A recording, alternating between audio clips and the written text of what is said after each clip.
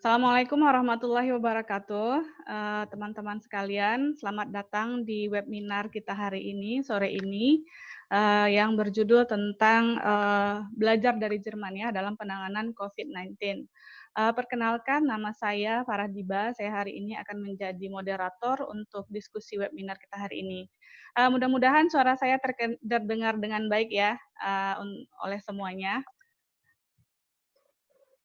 Oke, pertama saya mau mengucapkan selamat menjalankan ibadah puasa hari ke-9 dan juga selamat Hari Pendidikan Nasional Hardiknas ya, hari ini tanggal 2 Mei di Indonesia kita memperingati Hari Pendidikan Nasional. Jadi semangat-semangat belajar itu terus kita miliki dan kita asah pembelajaran kita sampai ke akhir hayat.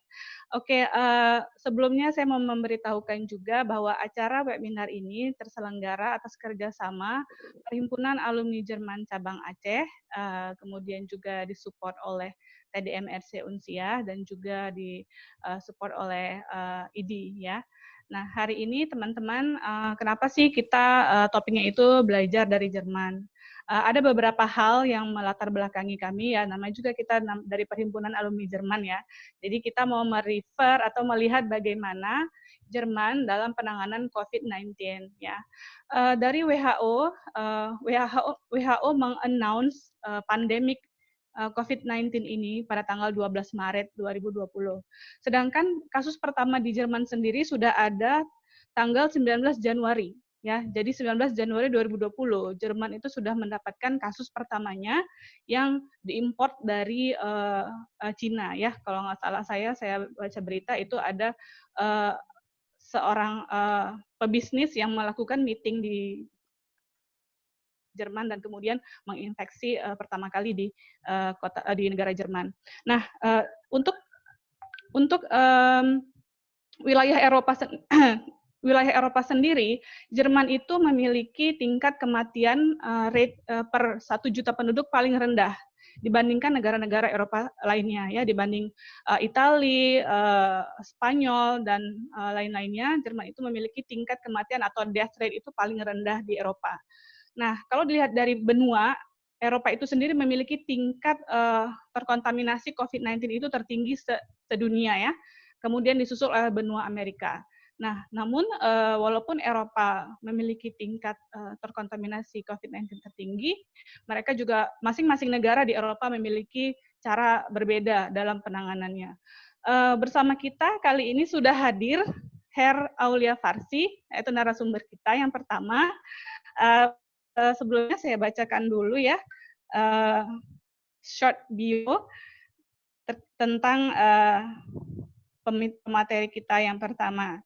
Jadi Farsi ini masih muda, tapi saya tidak akan menyebutkan status kayaknya ya. Oke, momen saya bacakan dulu. Farsi, guten Tag. Guten Tag, Kak Diba. Apa kabar? Ya, oke. Jadi di Jerman ini jam 12 siang ya? Sekarang jam 12:10 siang ya? Oke, jam 12:10 siang. Kan buka puasanya jam berapa? Kita buka puasanya sekitar jam 9 kurang malam. Jam 9 malam. Oke, kenapa begitu? Kenapa begitu? Karena kebetulan kita sedang berada di musim semi.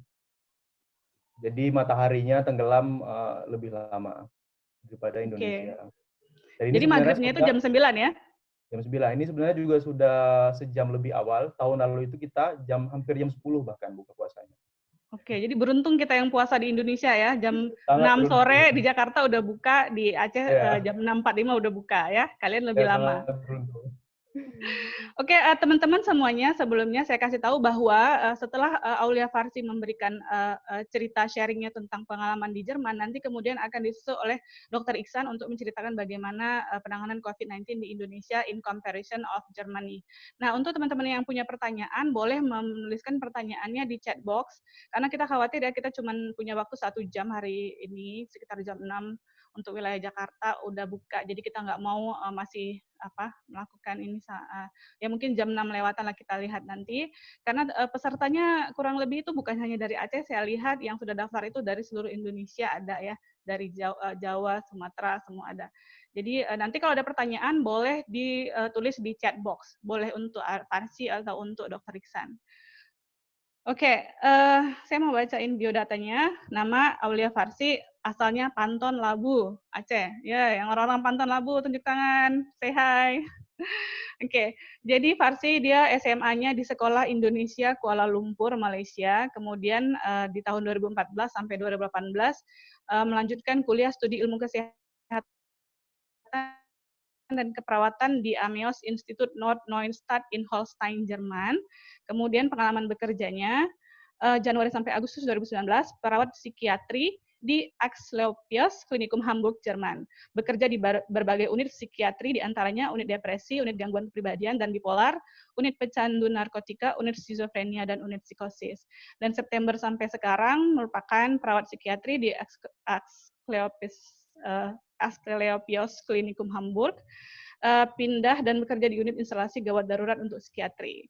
Oke, mungkin itu short bio-nya dari Aulia Farsi. Nanti mungkin kita kasih waktunya ya, kita 15 menit untuk Farsi untuk menceritakan bagaimana Jerman menangani COVID-19 ini, program-programnya. PPT-nya boleh di-share?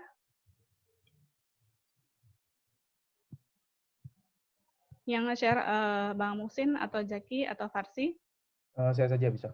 Oke, sip. Waktu dan tempatnya dipersilakan. Oke, terima kasih. Assalamualaikum warahmatullahi wabarakatuh. Selamat sore teman-teman semua. Sebelumnya saya ingin mengucapkan terima kasih buat panitia yang sudah berusaha keras untuk mengadakan webinar kali ini. Terima kasih juga buat teman-teman semua yang sudah hadir. Saya juga tadi diberitahukan oleh panitia bahwa saya hanya diberikan waktu 15 menit. Jadi saya berusaha untuk memaksimalkan waktunya dengan sebaik mungkin. Baik, sambil menunggu PowerPoint saya sebentar.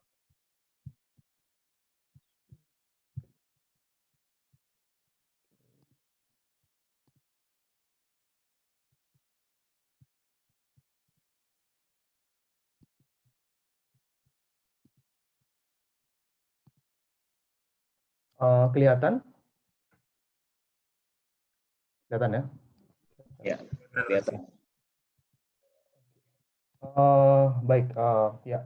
Di sini saya ingin sedikit sharing tentang pengalaman kami sebagai warga Jerman, bagaimana negara Jerman bisa menghadapi COVID-19 sekarang ini ya.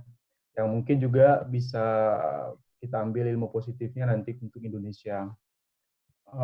Sebenarnya banyak faktor yang bisa kita pelajari dari Jerman. Mengingat tadi seperti Kak Diba sudah sampaikan sebelumnya, Jerman termasuk salah satu negara di dunia bahkan masuk 6 besar yang sudah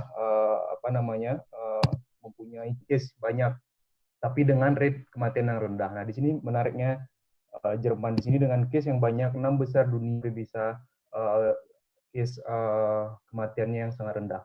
Nah, banyak faktor sebenarnya, cuman di sini saya ingin membahas 4 faktor saja karena keterbatasan waktu tadi yang sebenarnya sudah cukup mencakup semua faktor tadi. Nah,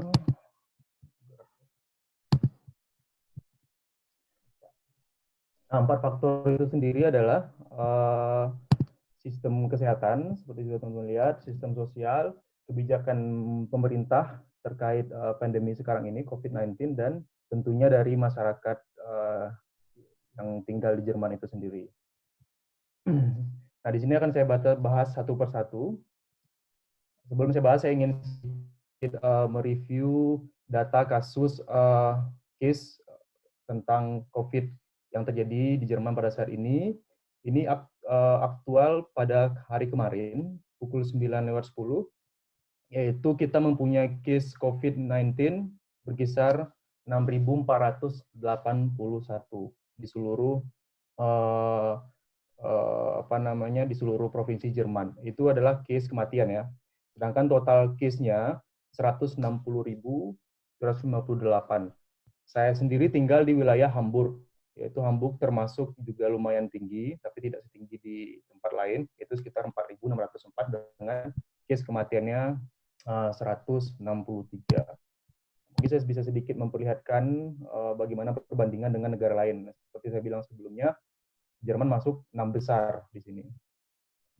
Bahkan hari ini Jerman memiliki 0 case ya, sudah beberapa hari bahkan 0 case, dan statistiknya juga sudah sangat menurun dari sebelumnya.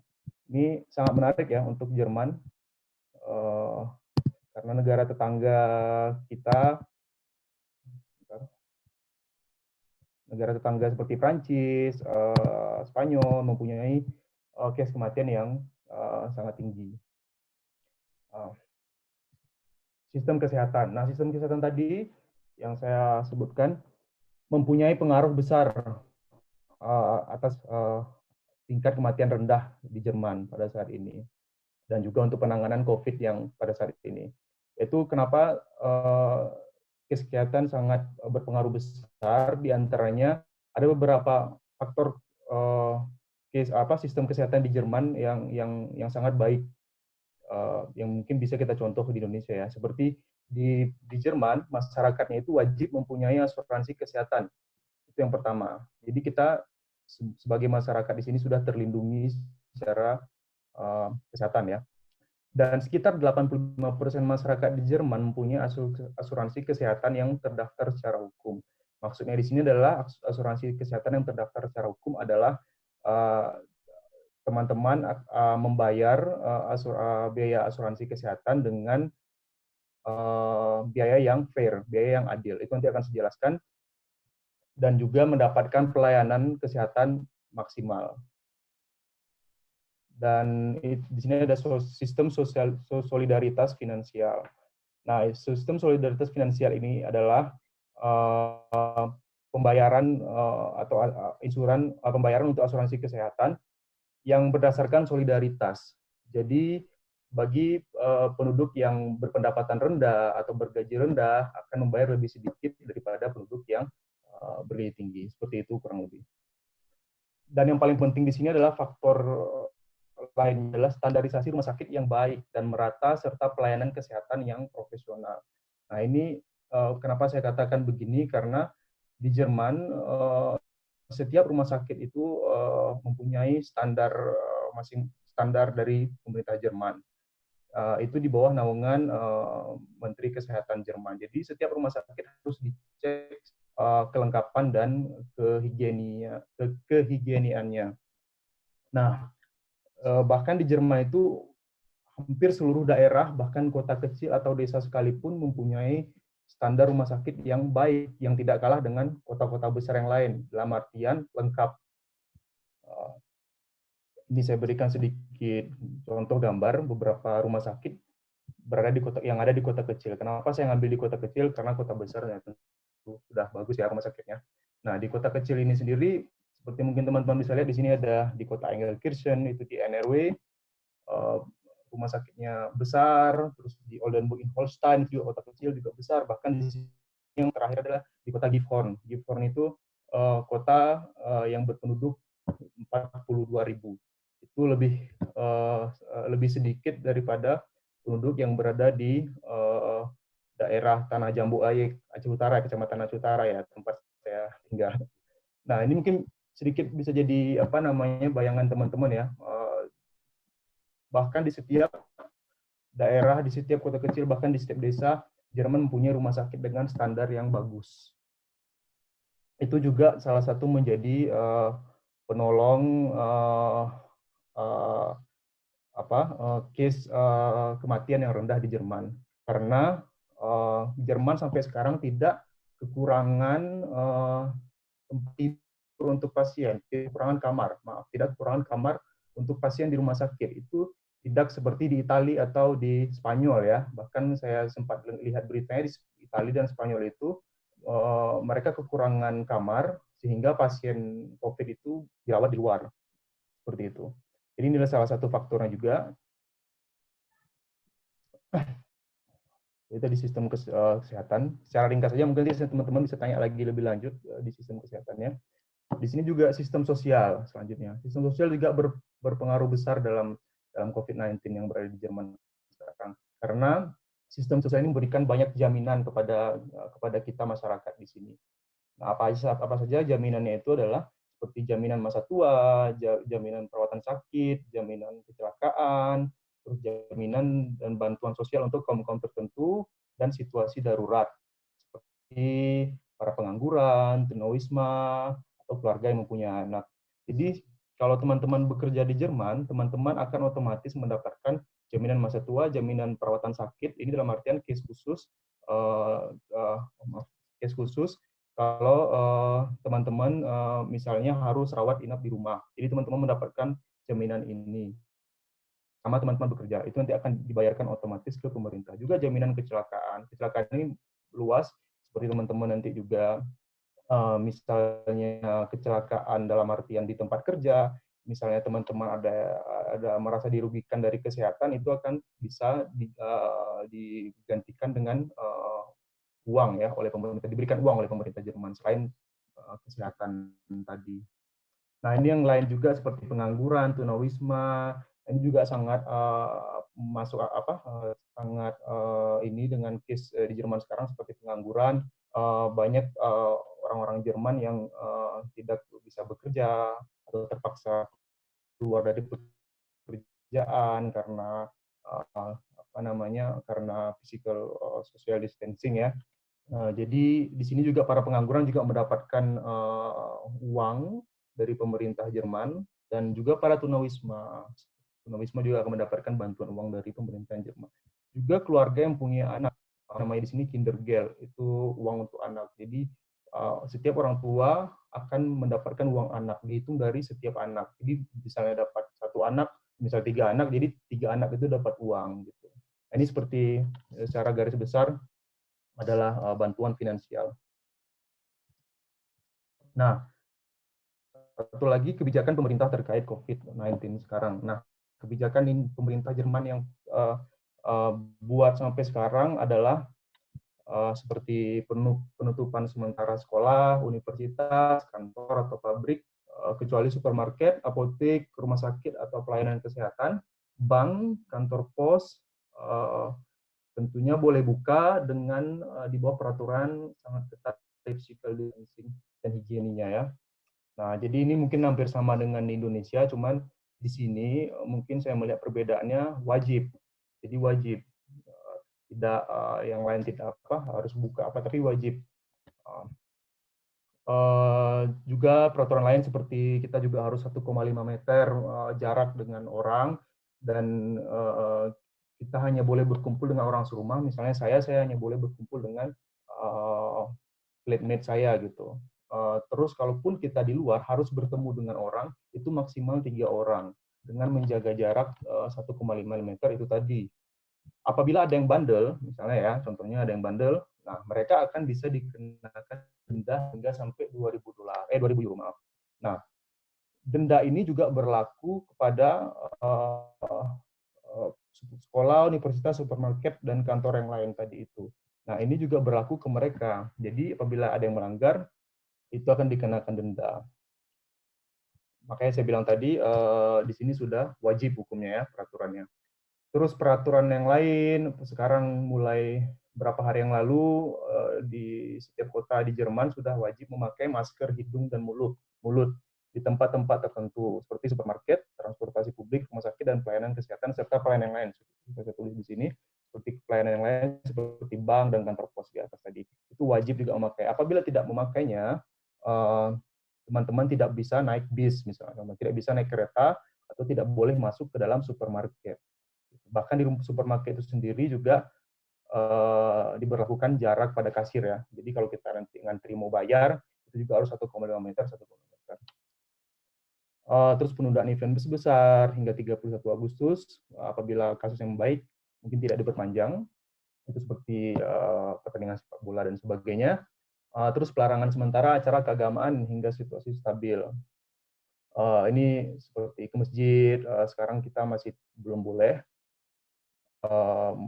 Seperti di acara keagamaan di gereja dan sebagainya itu tapi masih tidak ada sampai kapan tanggalnya. Pemerintah akan melihat nanti situasinya. Apabila sudah membaik, mungkin akan boleh kembali. Nah, dan yang selanjutnya adalah penutupan dan pengawasan perbatasan negara. Ini juga masih dilanjutkan sama pemerintah Jerman. Sampai sekarang penerbangan dari luar atau orang masyarakat dari negara lain yang ingin datang ke Jerman masih dilarang. Dan juga misalnya saya ingin berkunjung ke kota lain juga harus ada ditanya, biasanya harus ada alasan kenapa, dan juga harus ketika saya ingin pergi ke kota lain juga harus menggunakan jarak 1,5 meter ini. Terus yang lainnya seperti bantuan sosial untuk kaum marginal tadi yang sudah saya sebutkan, seperti kaum tunawisma tadi, larangan panik buying dan penimbunan kebutuhan pokok dan medis. Nah, ini juga sangat dilarang di pemerintah Jerman. Panik buying tidak boleh. Bahkan di supermarket itu sendiri sekarang semua supermarket menulis list seperti itu. Barang-barang tertentu hanya boleh dibeli dalam jumlah tertentu juga. Jadi misalnya hanya boleh membeli beras 1 kilo setiap orang gitu, setiap pembeli yang datang. Atau hanya pembeli yang datang hanya boleh membeli satu kilo mie, contohnya seperti itu. Terus pemberian masker gratis ini juga salah satu bantuan dari pemerintah Jerman. Sudah banyak tempat-tempat yang bisa diambil untuk mendapatkan masker gratis. Yang selanjutnya edukasi langsung dari pemerintah terhadap masyarakat. Nah, ini juga sangat penting buat kita. Kita selalu up to date ya untuk berita COVID ini sendiri. Bahkan Kanselir Jerman Ibu Angela Merkel selalu mengupdate berita tentang COVID dari beliau sendiri. Apresiasi dan perlindungan terhadap para pekerja, khususnya di bagian layanan masyarakat. Nah, ini juga seperti saya, perawat, dokter, atau yang lainnya yang bekerja di pelayanan masyarakat kesehatan, mendapatkan perlindungan dan apresiasi ya. Saya ingin bahas sedikit tentang perlindungan, khususnya karena di sini kita betul-betul memang dilindungi ya dalam bekerja, karena kita yang bekerja di kesehatan tidak bisa home office ya mungkin seperti kantor-kantor yang lain, tapi kita di sini sangat diberikan perlindungan kesehatan. Misalnya kita alat untuk perlindungan dari COVID itu sendiri sangat lengkap sehingga kita selalu ada, tidak kekurangan. Terus kita juga boleh ikut mengambil tes COVID apabila kita memerlukannya seperti itu. Dan banyak hal-hal lain mungkin akan bisa dibahas nanti pada sesi tanya jawab. Terus ada hotline COVID-19 di setiap daerah. Jadi setiap kota, setiap desa itu punya hotline COVID yang bisa kita telepon 24 jam dan itu berfungsi dengan baik sampai sekarang. Maksudnya bila ditelepon ada yang ngangkat gitulah. Dan bahkan apabila itu keadaan darurat, mereka bisa datang ke rumah. Terus pelayanan tes COVID-19 bagi siapa saja yang dirasa membutuhkan. Ini juga sangat baik karena ini membantu untuk mengetahui data case-nya secara real ya. Jadi yang supaya kita tahu siapa saja yang kena positif oleh COVID ini sendiri. Jadi lebih real dan lebih transparan sih intinya. Terus jaminan pasokan kebutuhan pokok dan medis yang cukup oleh pemerintah. Nah, ini langsung dikatakan sendiri oleh Ibu Angela Merkel, Kanselir Jerman, bahwa pasokan kebutuhan pokok dan medis cukup. Jadi kita tidak khawatir tapi syarat itu tadi kita tidak boleh panik buying, beli secukupnya. Dan alhamdulillah sampai sekarang sangat berjalan dengan baik. Sampai sekarang kita tidak ada berita panik buying seperti mungkin di negara lain ya. Jadi pasokan kebutuhan sangat cukup di Jerman, walaupun Jerman sendiri salah satu negara yang banyak mengimpor barang-barang kebutuhan pokok dari negara lain. Ya. Gitu. Nah, yang terakhir yang juga sangat penting adalah masyarakat di sini. Nah, masyarakat di sini juga sangat berperan penting untuk untuk kasus COVID ini sendiri untuk tidak tidak memperbanyak kasusnya. Yaitu kenapa begitu? Yang pertama adalah kepatuhan masyarakat terhadap hukum dan saran dari pemerintah. Nah, masyarakat di Jerman ini sangat patuh ya hukum dan saran dari pemerintah itu sendiri. Seperti tadi yang saya sebutkan sebelumnya, kebijakan-kebijakan pemerintah itu sangat dipatuhi sama masyarakat. Misalnya harus pakai masker, mereka pakai, tidak ada yang bandel, tidak memakai seperti itu, jaga jarak dan sebagainya. Kalau disuruh karantina di rumah, mereka juga benar-benar karantina di rumah, tidak keluar, hanya keluar dalam keperluan penting saja. Terus kesadaran tiap individu yang sangat tinggi. Ini juga sangat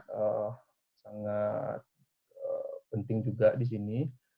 Kenapa saya bilang penting? Karena tidak perlu tidak perlu di ini ya, tidak misalnya Jerman tidak perlu mengerahkan pihak kepolisian. Jadi tiap individu di sini itu memang sudah sadar. Ini juga contohnya saya punya pengalaman ketika saya jalan keluar gitu ingin bekerja. Nah, ketika saya berpapasan dengan orang, orang itu langsung menjaga jarak gitu. Jadi memang masyarakat di sini memang betul-betul sadar akan bahaya COVID itu sendiri. Terus tingkat disiplin yang tinggi, contohnya sekarang ada peraturan di rumah sakit tidak boleh ada pengunjung gitu. Nah, itu memang diberlakukan di semua rumah sakit, termasuk rumah sakit saya. Tidak ada toleransi dan sebagainya, memang tidak boleh berkunjung, tapi boleh memberikan barang kepada pasien contohnya. Nah, kekompakan dalam memerangi COVID-19. Nah, masyarakat di sini juga kompak dalam memerangi COVID-19 ini sendiri. Itu bisa dibuktikan dengan panik buying tadi itu sendiri. Dan juga seperti beberapa supermarket di Jerman memberikan masker gratis. Dan juga tidak hanya di supermarket, juga banyak di tempat-tempat lain memberikan masker gratis. Itu bukti bahwa mereka kompak. Dan selanjutnya adalah berusaha tidak panik, akan tetapi tetap waspada. Nah, ini juga sangat bagus dari yang bisa kita lihat dari masyarakat Jerman. Mereka tidak panik, tapi mereka tidak tidak santai ya seperti itu. Mereka tetap waspada gitu dengan menjalankan hukum itu tadi. Dan faktor lainnya juga sebenarnya termasuk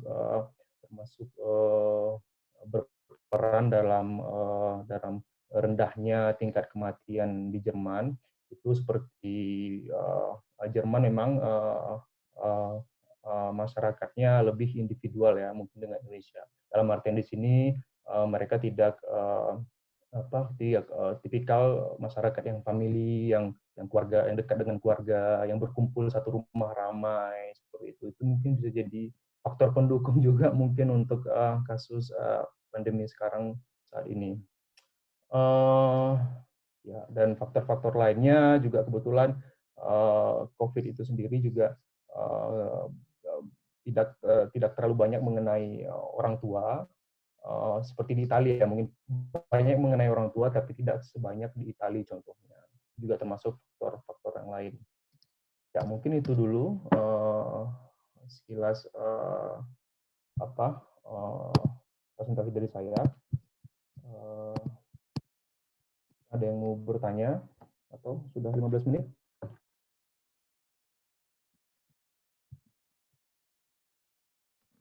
Oke. Terima kasih Farsi. Nanti sesi tanya jawabnya kita di session akhir ya. Ya. Oke. Dankeschön untuk presentasinya. Mungkin saya mau sedikit rangkum aja atau mungkin menambahkan bahwa memang ya cara untuk kita menekan angka kematian itu kalau enggak kita mengurangi angka tertularan dengan stay at home atau misalnya kita physical distancing dan lain-lainnya supaya mengurangi angka kejadian. Di Jerman juga mereka sudah mengantisipasi dengan menambah bed dan peralatan untuk ICU ya. Jadi mereka itu sudah mempersiapkan ketika mereka sudah mulai melihat ini kurvanya akan meningkat, mereka sudah mempersiapkan di level hospitalnya untuk kedatangan tamu, ibaratnya kedatangan tamu yang cukup banyak, jadi mempersiapkan ventilator, ruang-ruangan ICU tambahan. Jadi mereka sudah mempersiapkan itu sehingga angka kematiannya bisa rendah. Selain juga mereka melakukan kebijakan-kebijakan physical distancing tadi itu ya, dan juga mereka juga banyak melakukan kayak kita sekarang rapid test. Itu nanti akan kita jawab di sesi tanya jawab. Oke, selanjutnya kita udah dengar tadi dari teman kita di Jerman. Kita akan lanjut ke Dr. Iksan. Oke, teman-teman, saya mau menyampaikan sedikit data bahwa tepat 2 bulan yang lalu kasus pertama masuk ke Indonesia. Ya, tanggal 2 Maret kita pertama kali dapat kasus konfirmasi COVID-19 dan sekarang 2 Mei kita sudah memiliki 10.551 kasus terkonfirmasi COVID-19. Di mana di sini berarti dalam satu hari kita mendapatkan 175 kasus baru atau per jamnya itu 7 orang yang terkonfirmasi COVID-19 di Indonesia. Apa yang akan Indonesia lakukan? Paling tidak kita di sini sudah ada Dr. Iksan. Dr. Iksan ini adalah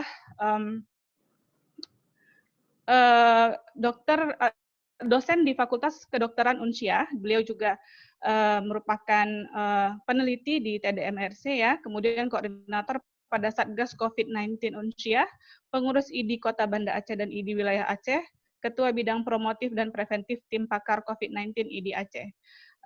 Beliau background-nya adalah kedokteran dan biologi molekuler, alumni dari University of Georg August University of Göttingen, Germany kalau nggak salah saya. Ya, kemudian selanjutnya kita akan mendengarkan paparan dari Dr. Iksan selama 15 menit ke depan. Dr. Iksan, udah ready? We get started, Dr. Iksan? Good, danke. Good, oke. Boleh silakan di-share PPT-nya. Baik, terima kasih Farah atas kesempatannya. Assalamualaikum warahmatullahi wabarakatuh. Alhamdulillahirabbil alamin wassalatu wassalamu ala asyrafil anbiya wal mursalin wa ala alihi wa ashabihi ajmain. Segala puji bagi Allah, salawat dan salam bagi Rasulullah Muhammad SAW. Terima kasih atas kesempatan yang diberikan oleh teman-teman panitia di PAJ. Alhamdulillah saya sejak 2009 sudah resmi jadi anggota PAJ karena selesai studi S2, kemudian alhamdulillah hari ini bisa istilahnya pulang kampung ya, bicara di rumah sendiri dan itu sangat menyenangkan. Walaupun kita udah bicara kemana-mana, tapi kalau belum bicara di rumah sendiri rasanya masih kosong ya. Farsi itu dari jauh-jauh dari sana bersedia juga dirayu oleh panitia untuk sharing dengan kita, dan baik sekali tadi Farsi menggambarkan tentang COVID-19 di Jerman, bagaimana penanganannya, maka saya tentu tidak akan mereplikasi atau mengulangi apa yang disampaikan oleh Farsi tadi, tapi saya akan berbicara tentang dilema penanggulangan pandemi COVID-19 di tanah air. Mungkin ini agak sensitif temanya, tapi saya pikir harus kita diskusikan bersama supaya sama-sama kita bisa berbuat yang terbaik untuk penanganan memutus rantai penularan COVID-19 di tanah air, paling tidak bagi kita di Aceh ya, di bumi Aceh tercinta ini. Saya akan mulai dengan memberikan timeline ya. Jadi bagaimana cerita tentang COVID-19 ini dari awal. Yang pertama kalau kita lihat timeline yang ada itu 31 Desember itu Cina melaporkan adanya wabah. Waktu itu masih dibilang mirip SARS, ya, sehingga dinamakan waktu itu novel coronavirus. Novel itu artinya baru, sesuatu yang sama sekali baru, belum pernah ada sebelumnya atau berbeda dengan corona sebelumnya. Itu 31 Desember.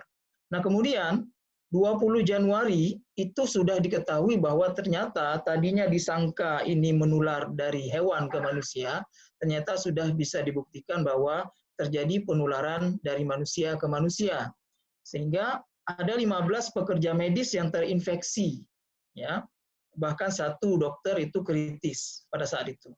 Nah, sehingga tim kesehatan di Cina itu mengkonfirmasi bahwa virus Wuhan ini atau Wuhan novel coronavirus pada saat itu yang namanya masih itu bisa ditransmisikan dari manusia ke manusia. Itu 20 Januari. Kemudian kita lompat sedikit, itu 31 Januari resmi WHO menyatakan COVID-19 ini sebagai Public Health Emergency of International Concern atau PHEIC atau kedaruratan kesehatan masyarakat yang meresahkan dunia. Jadi itu 31 Januari. Lalu kita lihat lagi tanggal 2 Maret itu Presiden Republik Indonesia Pak Jokowi mengumumkan kasus positif pertama. Nanti saya akan cerita sedikit tentang kasus ini. Bahwa ada 2 orang, 1 ibu, 1 anak di daerah Depok itu resmi terkonfirmasi positif COVID-19. Ya. Kemudian baru tanggal 11 Maret, jadi kurang lebih 9 hari setelah kasus pertama di Indonesia, baru WHO sadar diri ya bahwa mereka mendeklarasikan COVID-19 ini sebagai pandemi global. Artinya sudah mencakup di semua benua, ya bahkan hampir semua sudah melaporkan kasus positifnya. Nah, apakah kita terlambat? Makanya saya beri judul tadi dilema penanganan COVID-19 di Indonesia. Apakah kita terlambat? Coba kita lihat, teman-teman sekalian. Kasus pertama dilaporkan itu 31 Desember 2019. Jarak ke kasus pertama di Indonesia 2 Maret, ya hari ini seperti Bu Farah katakan tadi genap 2 bulan ya. Jadi ulang bulan yang kedua nih kasus positif di Indonesia. Itu ada 63 hari. Coba teman-teman bayangkan, kita sebenarnya punya waktu yang sangat banyak untuk melakukan antisipasi secara dini.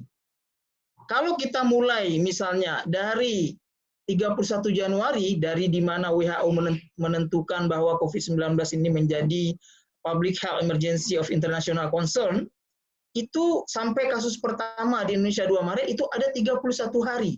Artinya ada banyak hal yang bisa dilakukan oleh pemerintah Indonesia yang pada saat itu belum berbuat apa-apa, itu bisa dilakukan sehingga angka tidak menjadi besar seperti yang kita lihat sekarang ini. Nah, coba lihat, dari mulai 15 Februari terjadi perdebatan, pembahasan bahwa Indonesia tidak kondusif untuk perkembangan virus karena suhunya tinggi, humidity-nya tinggi, kemudian macam-macam ya. Bahkan ada beberapa ilmuwan yang sekarang sudah tidak terdengar lagi namanya yang mengatakan bahwa COVID-19 tidak bisa berkembang di Indonesia. Jadi sampai sebelum 2 Maret itu pimpinan negara, beberapa stakeholder yang ada itu masih mengatakan bahwa COVID-19 itu tidak bisa muncul di Indonesia. Padahal teman-teman, kalau kita lihat Indonesia itu pada saat itu punya real time PCR di beberapa institusinya, tapi reagen kit deteksinya kita nggak punya, sehingga harus diimpor dulu. Jadi bagaimana kita mengatakan bahwa kita belum punya kasus kalau reagennya pada saat itu kita belum punya. Kemudian setelah punya reagen juga, kita punya 135 pintu masuk ke Indonesia. Dan itu sangat sulit untuk dideteksi. Itu belum lagi jalan tikus yang ada dari laut misalnya. Orang bisa masuk, keluar masuk ke Indonesia tanpa diketahui. Sehingga sulit sekali. Kalau misalnya contoh Jerman, dia tinggal memperhatikan atau menjaga airport mereka, pelabuhan mereka yang jumlahnya bisa kita hitung dengan jari itu selesai urusannya. Tapi kalau Indonesia 135 pintu masuk yang resmi dan yang tidak resmi kita tidak tahu berapa, itu agak sulit kita mengatakan bahwa di Indonesia belum ada kasus. Sehingga kami, kebetulan saya di bidang biologi molekuler, jadi meyakini bahwa sebenarnya kasus sudah ada tapi underreporting. Ya. Dan kemudian pada 2 Maret, itu Presiden sendiri yang mengumumkan bahwa kita sudah mendapatkan kasusnya. Saya cerita sedikit bagaimana kasus pertama itu. Kasus pertama ibu dan anak ini itu tertular dari seorang wisatawan Jepang.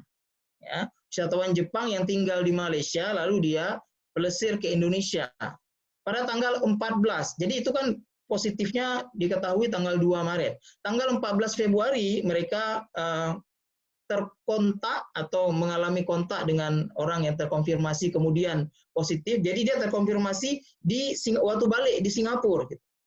Waktu Indonesia belum tahu. Padahal kalau kita memanfaatkan 63 hari atau 31 hari tadi untuk memblok orang asing masuk, mungkin kita tidak setinggi ini angkanya. Dia berdansa di sebuah klub malam di Jakarta dengan wisatawan Jepang itu. Sehingga tertular, kemudian dia menularkan ke anggota keluarganya yang lain. Bisa kita bayangkan, awalnya itu 14 Februari. 17 Februari dia berobat ke Rumah Sakit Mitra Jakarta. Saat itu belum terdiagnosa COVID-19. Dia disuruh pulang. Jadi diperiksa, didiagnosa, dikasih obat, terus suruh pulang. Bayangkan dia berapa orang sudah dia temui, dokter, perawat di rumah sakit, kemudian teman-teman, kolega, keluarga yang ada di sekitarnya, belum lagi dia ke pasar, ke stasiun kereta, dan seterusnya. Berapa orang dia sudah kontak. Nah, itu bisa kita bayangkan. Akibat apa? Terlambatnya deteksi. Kalau kita lihat Jerman itu, kalau saya tidak salah, 27 Januari kasus pertama dilaporkan. Kasus pertama dilaporkan 27 Januari, 28 Januari, 1 hari saja, itu 48 confirm positif. Jadi bisa kita lihat bagaimana efektifnya garda terdepan diagnosa di negara Jerman misalnya. Jadi dalam 1 hari 48 kasus biasa dia detek. Nah, kita setelah kasus pertama itu nunggu. Oke, baik. Kemudian, nah ini kasus data hari ini, per hari ini, Sabtu 2 Mei, itu dunia sudah 3.400.000 lebih, meninggalnya sudah 239.000 lebih, sembuhnya 1 juta sekian, dan Indonesia dari tanggal 2 Maret ya, sampai hari ini, itu dari cuma 1, 2, bertambah menjadi 10.000, cukup banyak. Meninggalnya sudah 800 per hari ini. Sembuhnya 1.500. Dan Aceh dalam hal ini itu terkonfirmasi sudah 11, meninggalnya 1 dan sembuhnya 5. Cuman kita harus lihat juga berapa orang PDP-nya, berapa orang ODP-nya. Kalau OTG kita nggak tahu. Ya. Jadi itu yang harus kita pahami bersama. Nah, kalau kita lihat data di atas tadi, ada 3 hal menjadi poin saya di sini. Yang pertama, masyarakat, Bapak Ibu, saya, kita semua harus sadar bahwa penularan masih berlangsung. Penularan masih terus berlangsung. Sampai kita duduk sekarang mengadakan seminar ini, masih berlangsung penularannya. Kemudian yang kedua, upaya memutuskan rantai penularan harus lebih optimal dilakukan. Kita tidak boleh lengah karena angkanya rendah. Jadi angka rendah itu bukan berarti kita aman dari tertularnya COVID-19 ini. Kemudian yang ketiga, tetap berhati-hati dan waspada. Apalagi sekarang kita memasuki bulan suci Ramadan, orang-orang dari luar pada mudik, dari daerah merah semua tuh, dari Jakarta, dari Bandung, dari Surabaya, pulang ke Aceh. Ya. Dari luar negeri yang tinggal di luar negeri, kalau mereka masih punya sarana untuk pulang, mereka akan pulang untuk mudik Lebaran. Dan ini harus betul-betul kita waspadai. Nah, ini adalah beberapa kompleksitas, ini sudah pernah saya sampaikan, pengaruh dari COVID-19. Dari mulai ideologi, politik, ekonomi, sosial budaya, pendidikan, sampai kesehatan, semua terpengaruhi. Ya. Jadi, makanya ketika ditanyakan kepada kita bahwa sampai kapan ini kita bisa kembali lagi ke kehidupan normal sebelum wabah ini, saya selalu menjawab bahwa kita tidak akan pernah lagi kembali ke kehidupan normal kita seperti sebelum wabah. Tapi kita akan menuju kepada kehidupan normal kita yang baru, ya, yang berbeda dengan kehidupan normal sebelumnya. Itu sangat kita rasakan. Seperti yang kita lakukan sekarang. Mestinya kita biasanya tatap muka, mengadakan seminar, simposium, ya, kuliah, temu pakar, tapi sekarang kita lakukan secara online. Dan ini akan berlangsung terus setelah nanti wabah ini selesai. Kemudian, apa gelombang bencana berikutnya? Jadi, apakah setelah wabah COVID-19 ini selesai bencana? Tidak. Ya. Menurut kami paling tidak, ada 4 gelombang bencana atau disaster yang akan terjadi mengikuti bencana COVID-19 ini. Ini bisa kita diskusikan, berbeda pendapat tidak masalah, tapi paling tidak menurut kami ada 4. Yang pertama, wabah COVID-nya sendiri, morbidity, kemudian mortality. Jadi angka kesakitan akan meningkat, kemudian angka kematian akan meningkat. Jadi betapa bahayanya COVID-19 ini, walaupun persentase mortalitasnya tidak setinggi MERS-CoV misalnya di Timur Tengah dulu, atau SARS yang pertama, atau Spanish flu misalnya, flu Spanyol dulu, yang tinggi sekali angka kematiannya. Tapi ini penyakit baru ini, penularannya itu sangat-sangat cepat. Ya. Sehingga angka morbiditas dan mortalitas itu bisa, katakanlah misalnya penduduk Aceh ada 5.300.000. Kalau 10% saja, 530.000. Di mana mau dirawat orang sebanyak itu? Jadi kita bicara bukan hanya tinjauan klinis, tapi tinjauan epidemiologis yang lebih dikedepankan dalam menangani COVID-19 ini. Jadi yang pertama, mortality dan morbidity dari kasus COVID itu sendiri. Itu gelombang pertama. Sekarang sedang kita alami. Lalu apa gelombang kedua? Gelombang kedua adalah bencana berikutnya akan terjadi, penanganan kasus-kasus urgen lainnya di rumah sakit itu akan terbengkalai. Sekarang kenyataannya operasi-operasi ditunda. Ya. Banyak operasi elektif yang ditunda. Yang emergensi tetap dilakukan, tapi yang elektif itu ditunda. Pasien-pasien yang berobat ke poli, kalau saya dapat informasi di Zainul Abidin misalnya, poliklinik itu hari-hari sebelum COVID ini ada 800 lebih pasien yang berobat. Tapi hari ini itu tidak sampai 200, kadang-kadang 200 lebih sedikit. Kemana mereka? Mereka tidak berani ke rumah sakit. Dan itu akan muncul masalah berikutnya. Nah, jadi itu harus kita perhitungkan juga. Pemerintah harus jeli melihat hal ini.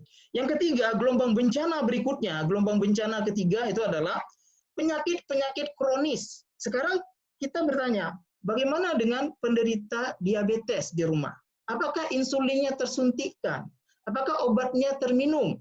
Bagaimana pasien stroke? Bagaimana pasien tuberkulosis? Itu sekarang neglected.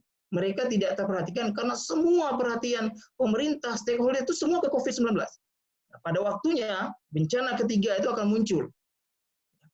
Ketika itu, baru kematian akibat tuberkulosis, kematian akibat diabetes, kematian akibat hipertensi, kanker, itu akan meningkat. Dan itu masalah baru buat negara kita. Kemudian yang terakhir, gelombang keempat, jadi bencana keempat yang menyertai COVID-19 ini adalah trauma psikologis dan ekonomi. Ya, itu menyusul tuh. Trauma psikologis bagaimana?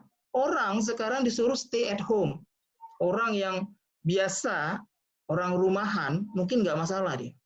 Tapi kalau orang yang biasa aktif di luar, itu sudah sakit kepala dia. Seminggu, 2 minggu, 3 minggu, sebulan, itu udah sakit kepala dia. Stres. Dia tidak bisa mengaktualisasikan dirinya di luar. Dia tidak bisa berkunjung ke tempat yang dia inginkan.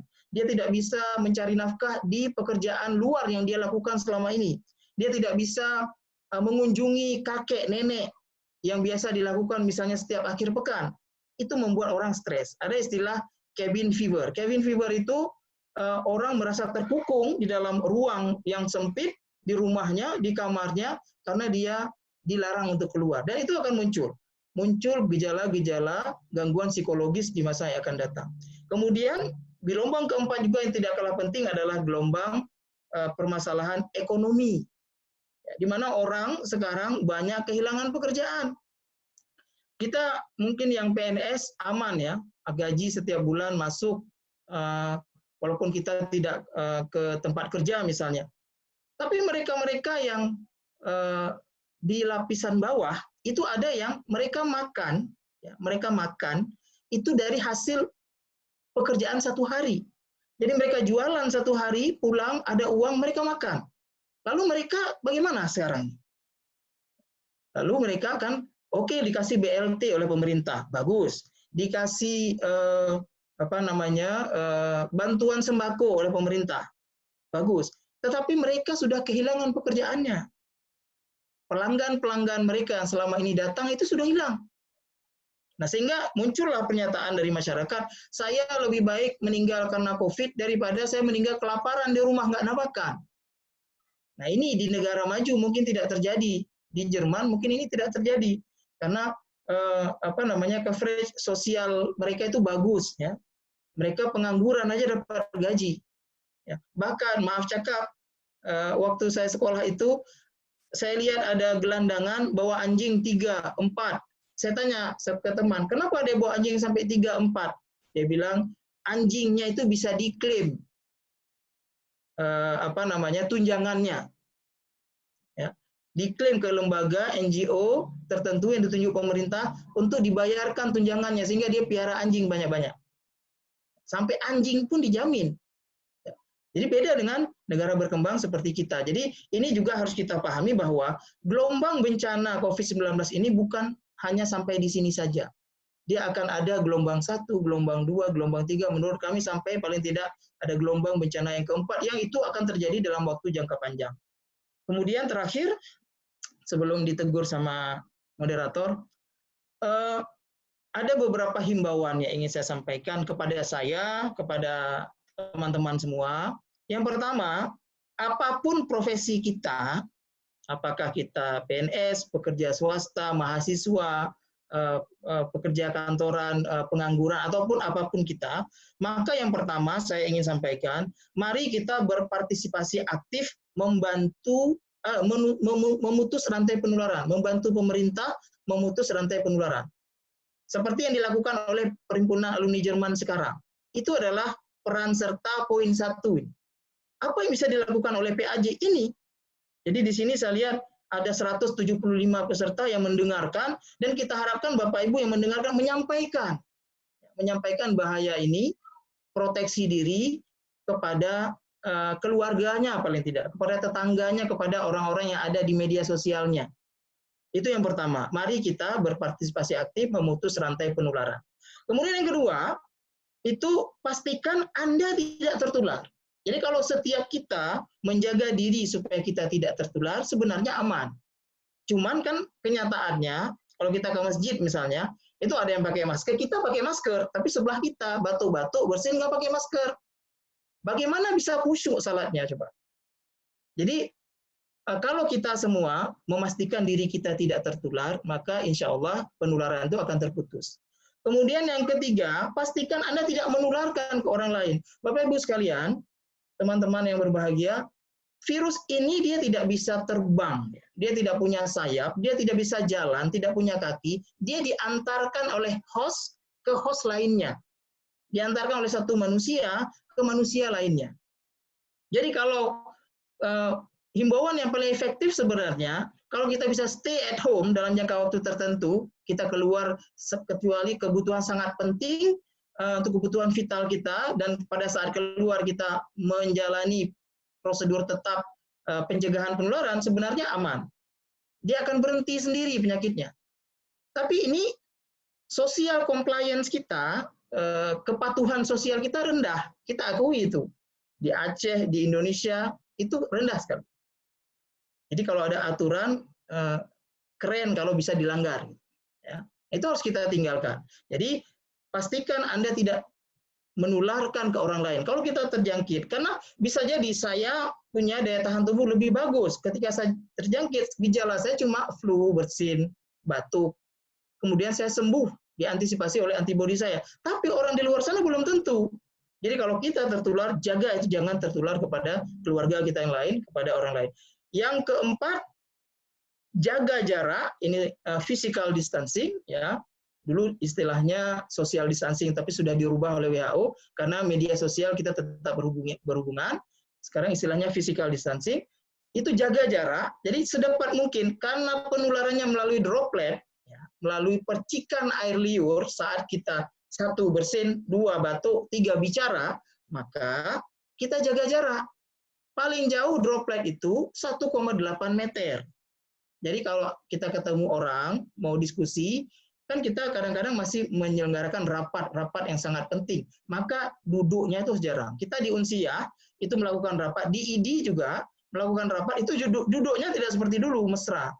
Ya, duduknya jarang-jarang. Ya.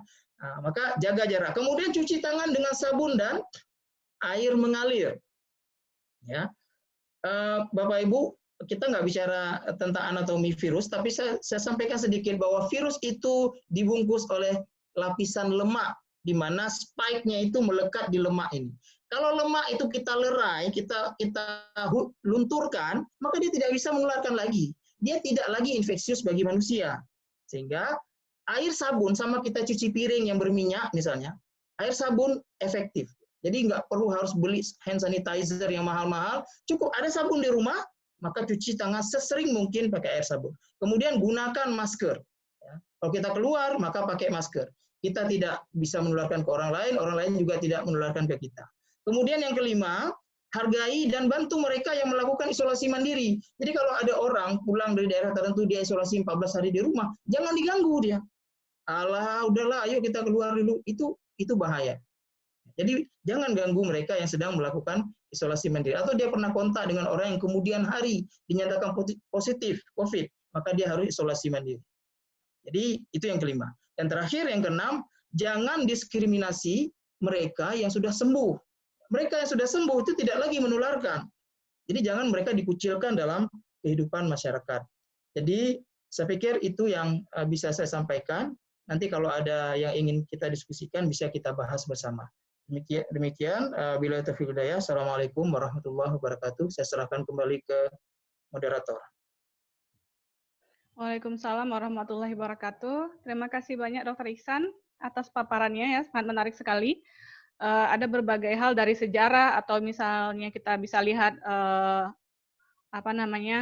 urutan dari kejadian yang dari nasional, dari dunia ke nasional sampai ke Aceh, juga kita sudah melihat bagaimana peran kita sebagai akademisi, sebagai individu, sebagai keluarga untuk juga bisa mencegah transmisi virus COVID-19 ini. Oke, jadi apapun yang dilakukan oleh pemerintah Jerman atau pemerintah Indonesia pada dasarnya adalah untuk memutus rantai penularan COVID-19. Kenapa dilakukan seperti itu? Karena kita tahu keterbatasan kita di dalam hal perawatan ya. Kita tidak mau kurva itu terlalu tinggi sehingga kita tidak mampu menampung pasien-pasien yang sudah severe atau yang sudah sangat darurat kondisinya tidak tertangani sehingga menyebabkan kematian yang meningkat. Jadi dengan kondisi Aceh sekarang yang masih dikatakan sangat ya mungkin masih 2 terbawah ya posisinya di Indonesia, yang paling rendah itu Nusa Tenggara Timur dan kita nomor 2 terbawah, tidak boleh lengah untuk nggak apa-apa keluar malam segala macam, karena kalau tidak kita lakukan seperti yang disampaikan oleh Dr. Ihsan, mungkin kita akan juga naik ke atas. Oke, sekarang sesi tanya jawab. Kita sudah beberapa pertanyaan dari audiens. Kita nggak mungkin bisa menjawab semuanya, ya mohon maaf karena juga. Jadi kemungkinan kita akan menjawab beberapa pertanyaan saja. Untuk link sertifikat udah dikirim ke chat box ya. Teman-teman yang sudah mendaftar bisa mengklik itu link tersebut untuk memasukkan nama sehingga nanti sertifikatnya akan terkirim di email.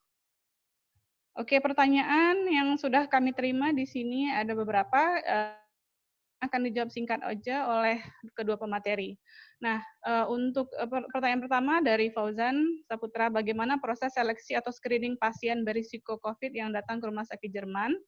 Dari Aris Munandar, bagaimana kondisi Muslim di Jerman menghadapi COVID-19 di bulan Ramadan? Kemudian ini untuk kedua narasumber, mungkin ya berapa banyak tes COVID-19 yang bisa dilakukan pemerintah Jerman dan Indonesia ya? Mungkin Indonesia kan juga sudah melakukan banyak rapid test, bahkan di Aceh juga sudah. Mungkin dari Aulia Farsi dan Dr. Ihsan juga bisa menjelaskan terkait banyaknya tes yang sudah dilakukan. Mungkin 3 itu dulu dijawab oleh pemateri, silakan. Boleh Farsi dulu, kemudian Dr. Ihsan, atau siapa boleh juga.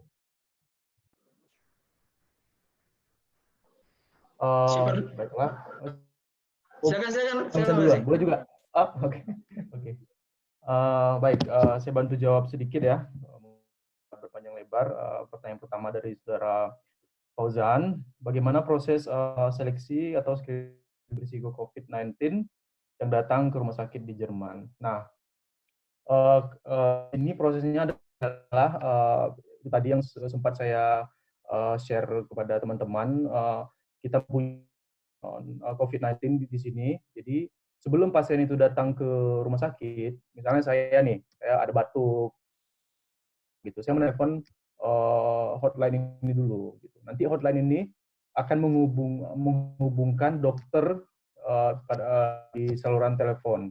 Jadi nanti dokter itu memutuskan apakah si pasien ini sakit atau tidak perlu gitu.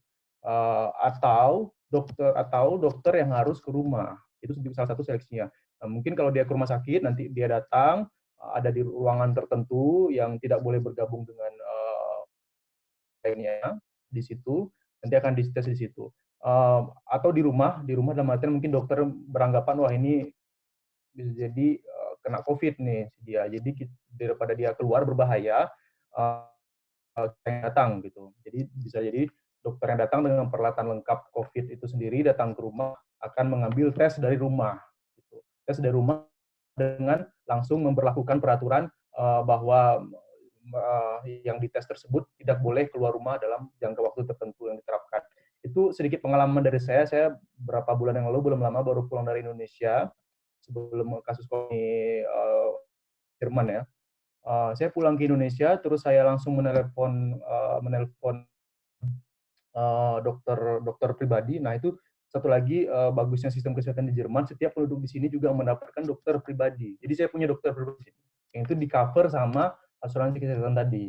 Nah saya menelpon dokter saya via telepon. Saya baru pulang dari Indonesia, tapi dari negara yang punya case yang banyak gitu segala macam. Nah di sini saja mereka sudah sangat langsung langsung siaga gitu ya. Saya bilang dokter ini langsung bilang, oh kamu harus tes gitu, walaupun kamu nggak datang dari ini, apa salahnya tes gitu kan?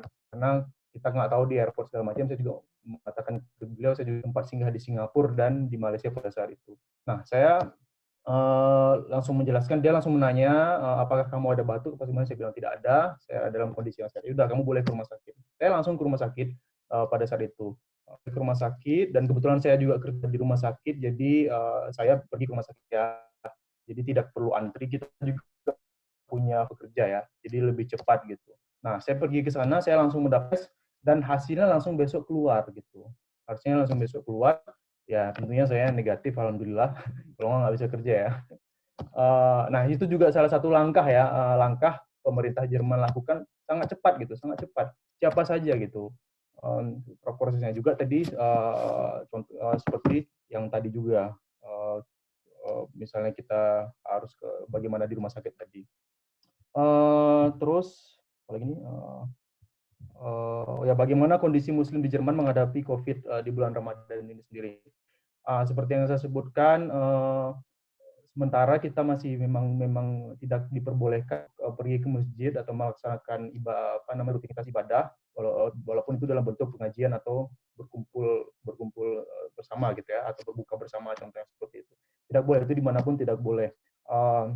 Tapi kita sebagai masyarakat Muslim tetap merasa tidak merasa ini suatu tidak keadilan, bukan. Bahkan kita masyarakat Muslim di sini sangat sadar akan hal itu. Kita malah kompak semua bahwa ini sesuatu yang banyak mudaratnya. Ini sesuatu yang banyak bisa berbahaya untuk Muslim lainnya. Jadi kita kompak tidak untuk ke masjid gitu. Pemerintah Jerman ini sendiri juga bekerjasama dengan para ulama besar yang ada di Jerman gitu. Jadi pemerintah Jerman, Ibu Merkel, tidak hanya mengambil keputusan berdasarkan keputusan beliau sendiri, beliau juga berkomunikasi dengan ulama-ulama yang ada di Jerman, bahkan pendapat-pendapat ulama yang ada di dunia.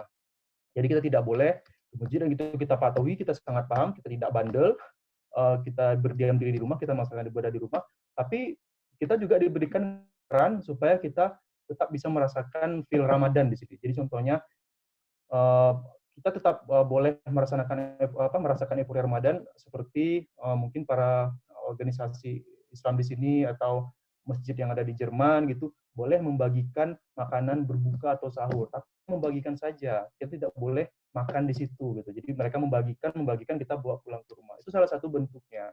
Juga dengan harus menjaga jarak ya, 1,5 meter lagi, juga memakai masker. Itu salah satu bagaimana kita menghadapi COVID di bulan Ramadan sekarang. Terus pertanyaan terakhir dari saudara MK, berapa banyak tes COVID-19 yang bisa dilakukan pemerintah Jerman terhadap masyarakatnya? Untuk bicara jumlah, saya tidak bisa bilang berapa jumlahnya, tapi saya bisa mengasih tahu bahwa kita tidak kekurangan untuk melakukan tes COVID kepada masyarakat di sini gitu ya. Sampai sekarang kita belum ada kasus yang masyarakat tidak bisa ikut tes COVID. Itu belum ada. Sampai sekarang belum ada. Beritanya belum ada. Sampai sekarang belum ada. Jadi di sini saya katakan kita semua mendapatkan hak yang sama untuk bisa melakukan tes COVID gitu. Saya tidak harus menjadi artis, saya tidak harus pemain sepak bola terkenal atau anggota DPR gitu ya contohnya atau pejabat seperti itu. Kita semua sama. Bahkan seperti tadi saya contohkan tadi, saya baru mendarat di airport, langsung saya mendapatkan tes itu gitu. Dan setelah mendapatkan tes itu saya harus berdiam diri selama kurang lebih seminggu di rumah ya. Nggak sampai, selama 3 hari di rumah. Kalau negatif baru saya boleh lagi bekerja. Nah, itu juga salah satu bentuk bentuk perhatian dari pemerintah Jerman bahwa ini sesuatu yang penting, tes ini sesuatu yang penting, jadi kita tidak masa kekurangan. Begitu juga pengalaman saya bekerja di rumah sakit. Sekarang kita mempunyai alatnya itu sangat banyak. Kita masih punya sekarang, masih siapa aja yang mau tes masih bisa gitu. Dan pendataannya juga sangat baik di Jerman. Kita mempunyai di sini institusi Robert Koch Institute namanya, itu institut untuk menangani kasus penyakit infeksi dan non infeksi ya, dan juga untuk masalah pusat penelitian dan pusat penelitian di Jerman. Itu juga dari sana juga kita juga datanya juga sangat transparan. Teman-teman kita masyarakat di Jerman bisa melihat datanya secara real di sana. Mereka yang mengumpulkan datanya gitu. Nah, mungkin seperti itu aja. Oke, terima kasih banyak Farsi jawabannya ya. Sangat baik sekali. Mungkin bisa langsung dilanjutkan jawaban dari Dr. Iksan. Ini kita mohon maaf teman-teman cuma membuka satu sesi karena waktu. Jadi setelah Dr. Iksan mungkin nanti kita akan closing. Silakan Dr. Iksan. Baik, terima kasih atas pertanyaannya. Saya lihat ada 2 pertanyaan. Yang pertama terkait dengan pemeriksaan real time PCR dan rapid test. Yang kedua, saya lihat di sebelah ini ada pertanyaan apa perbedaan antara droplet dengan aerosol. 2 istilah ini sering digunakan bergantian katanya. Saya jawab yang kedua dulu. Jadi kita harus bisa membedakan antara jalur penularan airborne ya, dengan melalui udara, kemudian aerosol, ya, kemudian yang ketiga droplet. Ya, ini istilah yang berbeda. Kalau airborne artinya dia bisa menular melalui udara, maka berat jenis daripada virus itu atau material yang akan ditularkan itu lebih ringan daripada udara, sehingga dia bisa dibawa kemana-mana. Nah, kalau itu terjadi, maka penularannya akan sangat cepat dan masif. Seperti misalnya, contoh ya, Ebola, antraks, kemudian flu, ya, influenza, itu menular melalui airborne. Ada beberapa penyakitnya yang juga menular melalui airborne. Tapi kalau COVID ini tidak. Ya. Yang kedua, terminologi yang kedua adalah penularan melalui aerosol. Nah, aerosol itu apa? Aerosol adalah benda yang padat maupun cair yang sudah mengecil volumenya atau massa jenisnya sehingga dia bisa bertahan lebih lama di dalam udara. Jadi bukan dibawa oleh udara, tapi dia bisa bertahan lebih lama di dalam udara. Nah, kita sudah mendapatkan bukti di banyak institusi di berbagai negara bahwa COVID-19 ini selain melalui droplet, dia juga disinyalir bisa menular melalui aerosol. Kalau airborne belum, ya, masih dipelajari. Apakah akan ke arah sana kita belum tahu karena strain virus ini cepat sekali berubah. Dalam satu jurnal saya baca sudah 40 jenis strain SARS-CoV-2 ini atau virus COVID-19 ini berubah. Ya. Jadi kalau berubah strainnya maka sifat-sifatnya juga akan berubah. Nah, kemudian kalau dalam tindakan medis, itu ada beberapa tindakan yang bisa menyebabkan droplet tadi berubah menjadi aerosol. Misalnya tindakan intubasi, memasukkan selang ventilator ke dalam tenggorokan pasien yang menderita virus COVID-19 ini, yang menderita penyakit COVID-19 ini. Maka dia akan menimbulkan aerosol yang itu bertahan lebih lama di dalam udara. Jaraknya kalau tadinya hanya 1-2 meter, itu bisa lebih, bisa 4 meter, bisa 6 meter. Jadi contoh misalnya, kalau ada orang misalnya bukan, katakanlah jangan intubasi, tindakan nebulizer, orang asma kan ada, yang dipasang di mulutnya itu keluar gas keluarga itu. Nah, itu di nebul namanya, nebulizer. Itu dia bertahan lebih lama. Kalau orang berada dalam satu lift misalnya, atau dalam satu ruangan yang aerosolnya itu bisa menjalar ke seluruh ruangan, maka orang itu berpotensi tertular. Ya. Nah, kalau droplet itu adalah percikan air liur, bahasa sederhananya. Ini bisa saat kita bicara, kita bersin, kita batuk, ke orangnya langsungkah atau terpercik ke benda-benda yang ada di sekitar kita, lalu orang itu menyentuh benda itu, kemudian dia menyentuh mata, menyentuh mulut, atau menyentuh hidung, maka dia akan tertular. Dia berpotensi untuk tertular.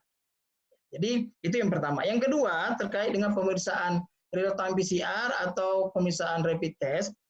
Jadi saya iseng-iseng sudah menghitung ya. Idealnya teman-teman sekalian, yang paling benar adalah semua ODP itu diperiksa PCR, di swab PCR, itu yang paling benar.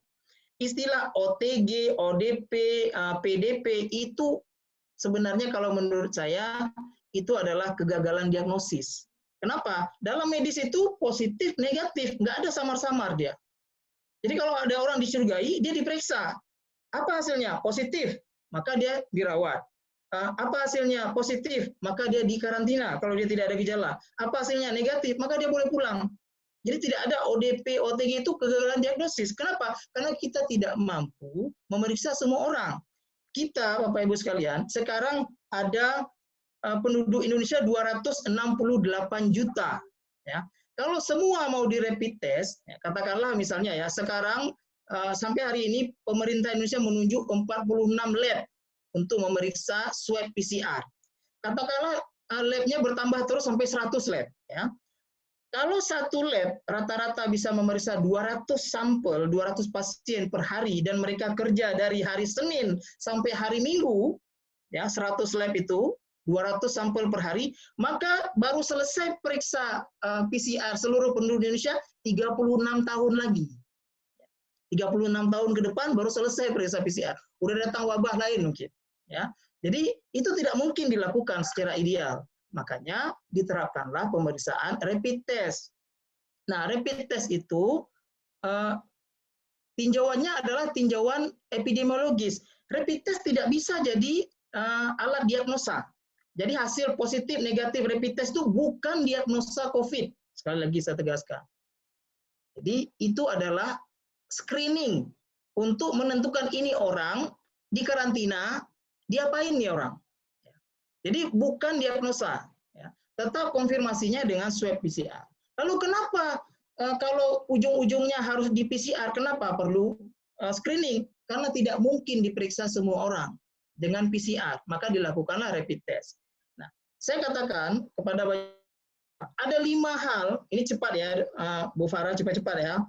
Ada 5 hal yang membuat PCR itu tidak bisa serta-merta dilakukan oleh pemerintah. 1, alatnya mahal, ya. Alatnya itu miliar mainnya. Jadi nggak mungkin kita mengadakan sekian juta alat dalam satu waktu. Udah, oke, kita bilang pemerintah punya duit, dia beli.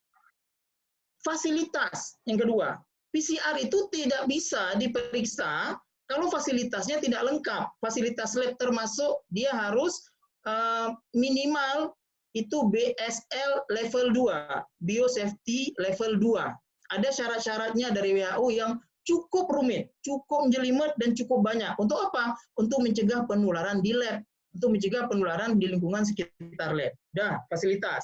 Oke, ada duit buat fasilitas cepat dalam waktu berapa bulan selesai. Yang ketiga, SDM. Tidak semua institusi kesehatan atau laboratorium punya ahli biologi molekuler di Indonesia. Dan tidak bisa orang ditunjuk untuk itu. Dia harus sekolah bertahun-tahun. Jadi kalaupun pemerintah punya banyak duit, beli PCR, kemudian siapkan fasilitas, di mana mau cari SDM sebanyak itu? Makanya menjadi kita melakukan pemeriksaan ideal ini pada semua orang. Yang keempat, kalaulah fasilitas alat ada, fasilitas ada, SDM ada, reagen itu tidak sembarangan ada. Kita menunggu di Unsia sekarang, menunggu reagen itu lama sekali, sudah sebulan kita tunggu. Ya, kenapa? Semua negara itu sekarang memesan reagen ekstraksi dan deteksi yang sama. Ya. Jadi semua serentak. Kita mau ada duit pun, banyak duit, mau bayar lebih, itu barangnya nggak ada. Jadi ideal itu tidak selamanya bisa dilakukan. Makanya kita menempuh jalur screening dengan melakukan rapid test. Jadi tapi sekali lagi, orang yang negatif rapid test, bukan dia berbahagia, kemudian bersukaria, jalan salam kemana-mana, merayakan pesta, enggak. Orang yang negatif rapid test, dia harus diisolasi mandiri di rumah 14 hari. Tetap. Dia di rapid test karena dia pernah ke daerah merah, atau dia pernah berkontak dengan mereka yang positif, maka dia di rapid test. Kalau negatif, tetap dia isolasi 14 hari, dilakukan rapid test ulang setelah 7-10 hari. Kalau dia tetap negatif, baru dia negatif. Jadi bukan begitu negatif, jalan-jalan kemana, ternyata dia positif, karena rapid test itu tinggi angka false negatifnya, negatif palsunya. Jadi kalau dia positif bagaimana? Kalau dia positif ada dua langkahnya. Rapid test positif, satu, kalau dia tidak ada gejala, dia physical distancing di rumah, isolasi di rumah. Dengan keluarga, suami, istri, anak-anak itu jangan jaga jarak, lebih dari 2 meter. Itu kalau positif tanpa gejala. Kalau positif ada gejala, ke rumah sakit untuk dilakukan swab atau pemeriksaan penanggulangan lebih lanjut. Saya pikir itu dari saya. Terima kasih atas perhatiannya. Saya kembali lagi ke Ibu Farah. Assalamualaikum warahmatullahi wabarakatuh. Waalaikumsalam warahmatullahi wabarakatuh. Terima kasih Dr. Ihsan atas penjelasannya, sangat menarik sekali ya. Jadi kita harus tetap waspada ya, jangan kegeeran.